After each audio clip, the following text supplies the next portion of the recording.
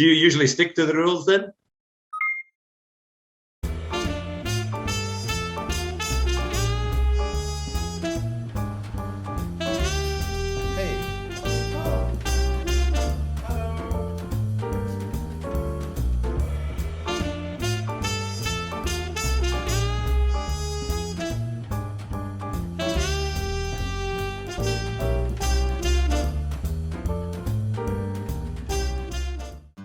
Okay, everybody, this is level 2-3 rules. Woohoo! Today we're going to do 3 things. We're going to use a number of different expressions to describe rules, maybe at home, work, or in society. We're going to use the first conditional to talk about the consequences of not obeying or even obeying rules. And use the second conditional to talk about rules we'd like to make or things that we'd like to change if we had the power.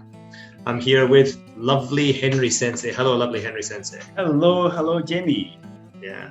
How are you today? I hate rules. There are way too many rules in this world. Henry, I didn't know you were such a rebel. This is going to be interesting. So do you usually stick to the rules then?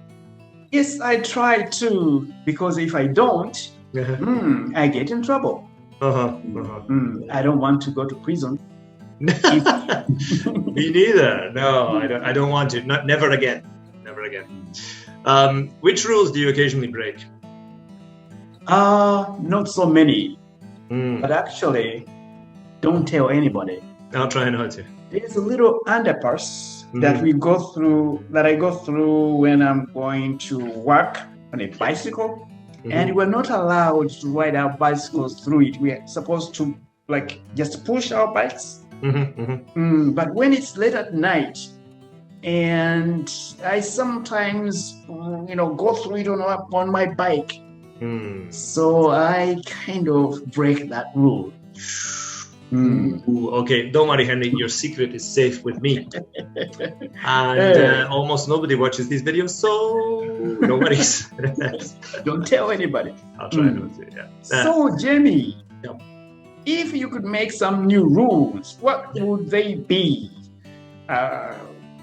New rules?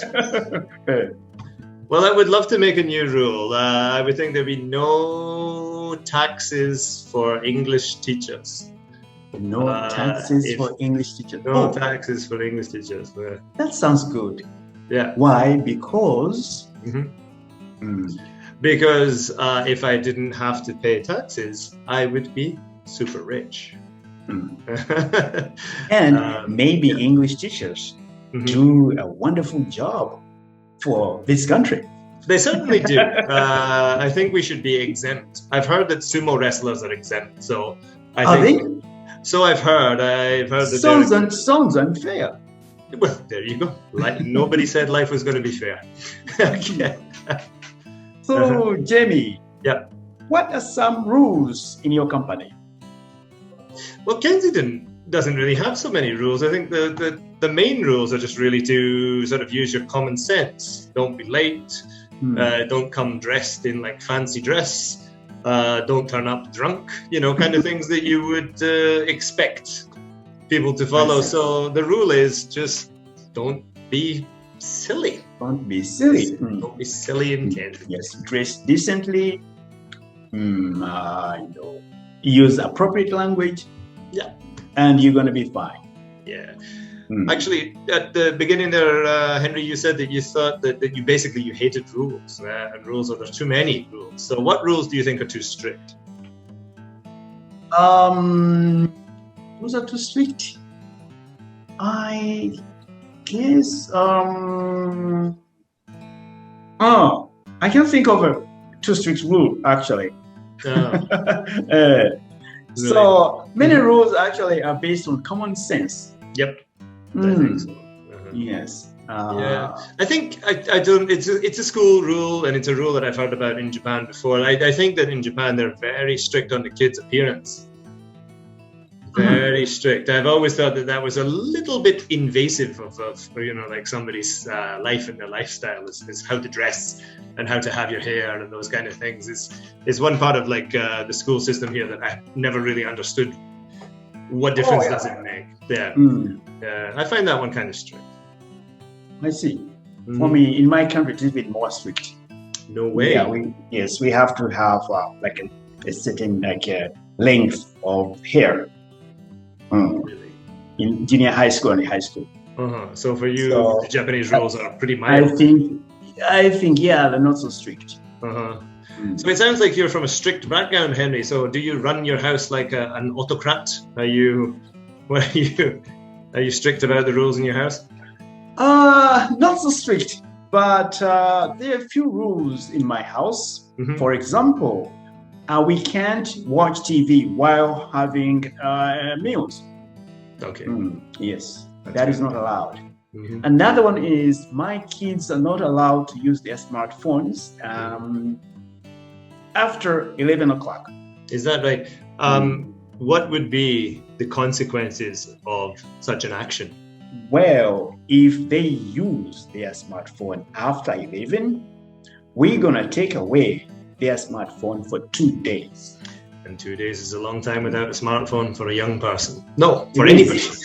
Even for me, I think I'd be lost. Yes. Yes. Okay. And another rule is my daughters have to take out the garbage. Take turns taking out the garbage. Oh, okay. Me and my wife, we can't touch it.